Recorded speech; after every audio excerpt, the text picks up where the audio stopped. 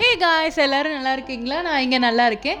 இங்கே நான் உங்ககிட்ட நம்ம மீதி வந்த சாப்பாடு வச்சு எப்படி அல்வா செய்யலான்னு சொல்ல போகிறேன். இதுக்கு மூணு இன்க்ரீடியன்ட்ஸ் போதும், அவ்வளோ டேஸ்ட்டாக இருக்கும். வாங்க செஞ்சு பார்க்கலாம். இதுக்காக நான் 1 கப் சாதம் எடுத்துக்கிறேன். சாதம் நம்ம மிக்சியில் நல்லா அரைச்சி எடுத்துக்கலாம்.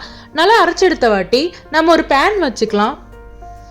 பேன் வச்சு பேன் நல்லா ஹீட் ஆனதுக்கப்புறம் நாம் 1 டீஸ்பூன் நெய் ஆட் பண்ணிக்கலாம்.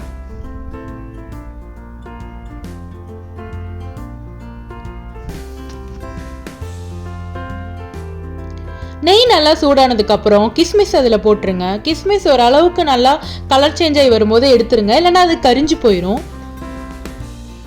இந்த டைமில் நம்ம கிஸ்மிஸ் எடுத்துடலாம்.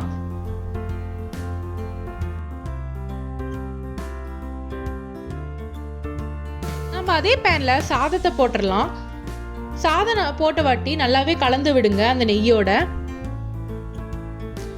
நான் அந்த சாதம் எடுத்திருக்கேன். அதே கப்பில் 1/2 கப் அளவு சர்க்கரை எடுத்திருக்கேன். உங்களுக்கு எவ்வளோ தேவையோ அவ்வளோ எடுத்துக்கோங்க. சர்க்கரையை நல்லா போட்ட வாட்டி நல்லா கலந்து விட்டுக்கோங்க. இந்த ரெசிபி நம்ம ஈஸியாக செய்யலாம். கெஸ்ட்டெல்லாம் யாராவது வரும்போது நம்ம டக்குன்னு செஞ்சு கொடுக்க முடிகிற ரெசிபி தான் இது. இப்போ சர்க்கரையும் சாதமும் மிக்ஸ் ஆன வாட்டி அந்த சர்க்கரையில் இருக்க தண்ணியெல்லாம் அதில் இறங்கிரும். பார்த்தீங்கன்னா இப்படி ஒரு பதத்தில் வரும்.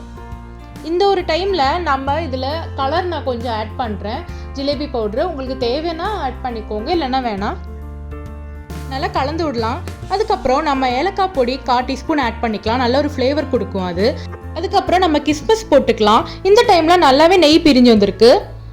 நம்ம டேஸ்டியான அல்வா இங்கே ஒரு 10 நிமிஷத்தில் ரெடியாக இருக்குது. இது செஞ்சு கொடுத்து பாருங்கள். சாதத்தில் செஞ்ச அல்வானே யாரும் சொல்ல மாட்டாங்க, அவ்வளோ டேஸ்ட்டாக இருக்கும். வீடியோ பிடிச்சிருந்தா லைக் பண்ணுங்கள், ஷேர் பண்ணுங்கள், சப்ஸ்கிரைப் பண்ணுங்கள். தேங்க்யூ.